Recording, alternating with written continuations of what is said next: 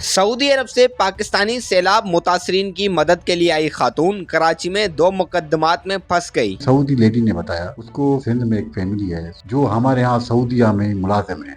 उन लोगों ने मुझे पाकिस्तान बुलाया कि मेरे पास 4 लाख रियाल भी थे। पाकिस्तान में जैसे पहुंची ये लोग मुझे अपने घर ले गए। सर बताइएगा ये मामला क्या है, यहाँ पर जो 2 मुकदमात दर्ज किए गए जो सऊदी अरब से आई खातून फॉरेनर, तो इस बारे में थोड़ी तफसीली बात बताइएगा। ये कोई मई की बात होगी कि एक लेडी है जो अपने आप को सऊदी नेशनल कह रही है कि जिसका नाम नूर बिनते अली है। उसको पाकिस्तान में और सिंध में एक फैमिली है सुमरो फैमिली, जिसकी मुद्दत में फातिमा सुमरो की मुद्दत में एक केस शारा फैसल थाने पे चोरी का मुकदमा दर्ज होता है, जिसमें कहा जाता है कि फला फला सोना इन लोगों ने हमारे घर से चोरी किया और उसकी एफआईआर होती है, उसका चालान भी जमा होता है। फिर मई के बाद जून के महीने में जो चोरी के केस में आईओ साहब हैं वो अपनी मुद्दत में एक फॉरेन एक्ट के तहत कि नूर बिनते अली पाकिस्तान में इलीगली स्टे कर रही है, तो वो केस भी दर्ज हुआ। 2 केस इनके ऊपर दर्ज हुए। जब 6 महीने गुजर गए और वो कोर्ट में नहीं आई किसी पेशी के लिए, फिर हमारा एक दोस्त है जो हमारा पार्टनर है, उसको अरबी आती है। क्लाइंट के अपने क्लाइंट से मुलाकात करने के लिए वो जेल में जाता है, तो जेल में उसकी आवाज़ उनके कानों में पड़ती है, तो वो अरबी में बातचीत कर रही है कि कोई है जो मुझे बचाए, जेल से बाहर निकाले, मेरा कोई केस सुनने वाला नहीं है, ना मुझे कोई जज बुलाता है, ना मुझसे कोई सवाल करने आता है, तो मैं जेल में क्यों बंद हूँ। फिर उसने उससे सवाल किया कि आप कौन हैं, कहाँ से आएंगे। तो उसने कहा कि पाकिस्तान में एक फैमिली है फातिमा सुमरो, उसका भाई इब्राहिम सुमरो जो हमारे यहाँ सऊदीया में मुलाजिम है।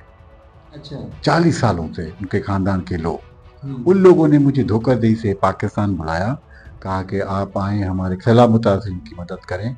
फिर वहाँ से वो जो हमने सऊदी लेडी ने बताया कि मेरे पास 4 लाख रियाल भी थे, अपना आईफोन भी था, 2-3 आईफोन जो इनकी गिफ्ट के लिए लाए थे वो भी थे। पाकिस्तान में जैसे पहुंची एयरपोर्ट से रिसीव किया, होटल में स्टे कराया। फिर कुछ दिनों के बाद ये लोग मुझे अपने घर ले गए। उधर इन लोगों ने मुझे तशद्दुद किया। तशद्दुद के बाद फिर मैं जो है वहाँ से किसी तरीके से निकली तो फिर मुझे शारा फैसल थाने पे 15 पे फ़ोन किया, तो शारा फैसल थाने की पुलिस आई, उसने मुझे वहाँ ले गए। वहाँ पे मेरी मोबाइल उसमें से एक नंबर था जो डायल किया गया, जो उसी फातिमा का था जो एफआईआर में भी मेंशन है, उसी की एफिडेविट में भी मेंशन है। और फातिमा उसकी फैमिली शारा फैसल पे आते हैं, कहते हैं कि ये जो इनको सोना पहना हुआ है ये दरअसल हमारा है, इसने ये चोरी किया है, ये सऊदीया से आई है, हमारे पास स्टे कर रही थी, अब चोरी करके ये भाग रही है। तो उसी फैक्ट्स के बेसिस पे उसके ऊपर एफआईआर हुई। 6 महीने के बाद जब हमने उसको कोर्ट बुलाया केस चलाने के लिए, तो मुद्दई को भी बुलाया गया, फातिमा सुमरो को भी। फातिमा से पूछा गया कि बताएं जो सोना है आप उसकी निशानी बताएं कि वो कैसा है, किस तरह दिखता है, उसके पीछे कुछ लिखा हुआ है। तो फातिमा ने कहा कि नहीं, ये सोना मेरा नहीं है, ये सोना इसी मुल्ज़िमा का है। तो उसी पॉइंट पे उसको उसी वक्त बरी किया गया। जो प्लेसा वारदात थी शारा फैसल थाने के हदूद में, वो है राबिया सिटी। जब हम खुद गए पर्सनली, आपने खुद वहाँ विजिट किया? हाँ, खुद हमने विजिट किया कि देखे कि सुमरो फैमिली वहाँ रहती है कि नहीं रहती है। उधर हम गए, वहाँ से पता चला कि ये सुमरो जो फैमिली जो अपने आप को शो कर रहे हैं, जो एफआईआर में एड्रेस है, बोला कि ये कभी इधर नहीं रहे। क्यों, क्या वजह है कि आईओ उधर क्यों नहीं गया।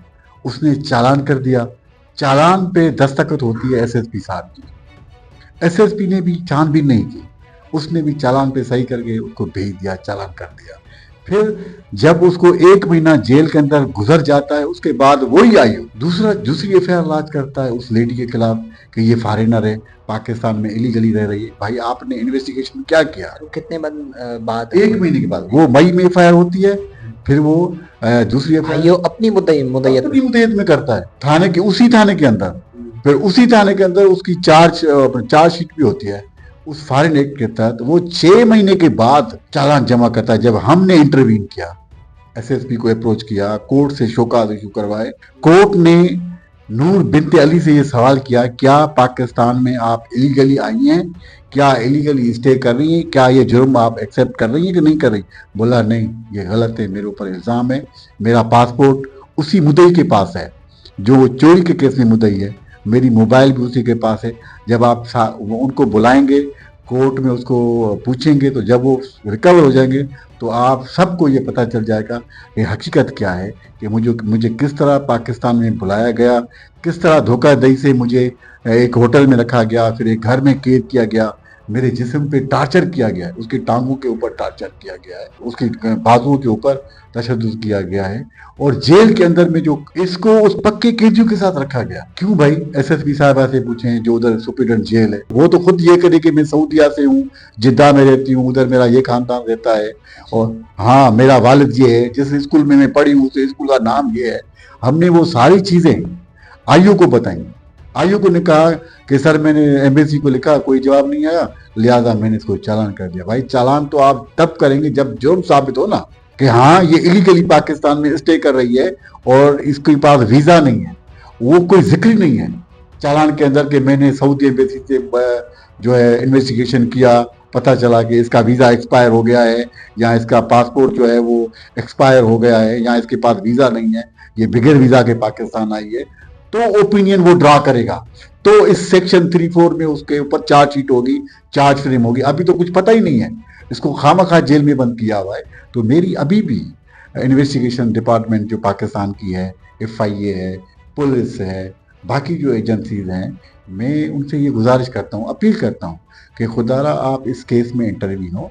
ये जिधर से बिलोंग रखती है, चाहे सऊदिया हो, चाहे ऑस्ट्रेलिया हो, चाहे यमन हो, ईरान हो, इराक हो, जिधर से भी बिलोंग करती है, किसी की बेटी है, किसी की बहन है, उसको धोखे से बुलाया गया है, तो लिहाजा इसको इज्जत के साथ, वकार के साथ इसको बाहर भेजा जाए। पहला जो मुकदमा है वो तो खारिज हो चुका है, वो बरी हो चुकी उसको है, बाइज्जत बरी किया गया। बरी किया गया। जो चोरी का सामान है वो उसका अपना है। इसमें जिम्मेदारी अब किसकी ठहराती है अगर ये केस खत्म हो जाता है, बाइज्जत बरी हो जाती चली जाती है, और क्या कानूनी कार्रवाई की जाएगी, किस किस के खिलाफ होगी कानूनी कार्रवाई? देखें, अगर फॉरेन एक्ट में ये बरी हो गई ना, तो ये पूरी की पूरी जिम्मेवारी उस आईओ के ऊपर है जो उसने अपनी मुद्दत के में वो मुकदमा दर्ज किया, और उस SSP जिसने चार्जशीट को अलाउ किया और उसको दस्तखत किया, हाँ ये इसने ऑफेंड किया है। पूरी की पूरी जिम्मेदारी इन दो बंदों के ऊपर आएगी, एक आईओ और एक वो मुद्दई, एक SSP साहब। सर आपकी वीडियो वायरल होती है, वीडियो वायरल होने के बाद सऊदी एम्बेसी से आपको कांटेक्ट वगैरह होता है, वहाँ से क्या रिस्पॉन्स आता है? देखिए, वहाँ से राब्ता हुआ है, और जो चीज़ें उन लोगों ने हमसे मंगवाई हैं वो हमने प्रोवाइड कर दी हैं, और इंशाल्लाह वहाँ से भी पॉजिटिव रिस्पांस आएगा, और ये मालूम हो जाएगा कि आया ये सऊदी नेशनल है कि नहीं है। अच्छा, एक चीज़ मैं वादे कर दूँ, फॉरेन एक्ट का मुकदमा तभी होता है जब वो पाकिस्तानी नेशनल नहीं होता। ये तो क्लियर है कि पाकिस्तान नेशनल नहीं है। अब ये अभी मौका है कि ये whether she belongs to Saudi Arabia और नॉट, ये जब वहाँ से वेरिफिकेशन होके आ जाएगी तो क्लियर हो जाएगा कि हाँ ये सऊदी नेशनल है कि नहीं है। अगर नहीं है तो कहाँ से आई? दूसरी पार्टी से कोई रब्ता वगैरह हुआ है, बातचीत हुई है इसके हवाले से कि अच्छा। उनका क्या मौक़िफ़ था? अच्छा, जो फातिमा सुन है उसने जो जगह रिहाइश बताई कि मैं फलां जगह राबिया सिटी में रहती हूँ, उधर तो वो रहती भी नहीं है। जो फ़ोन नंबर उसने दिया, हमने उस पर मैंने खुद कॉल की, उसने बताया कि ये फातिमा का नंबर नहीं है, ये तो पता नहीं कहाँ का नंबर है और ये रॉन्ग नंबर है। तो मैं समझ गया कि उसने नंबर भी शायद कोई गलत बताया हो। अपनी उसने आइडेंटिटी शो नहीं की मुद्दई ने प्रॉपर,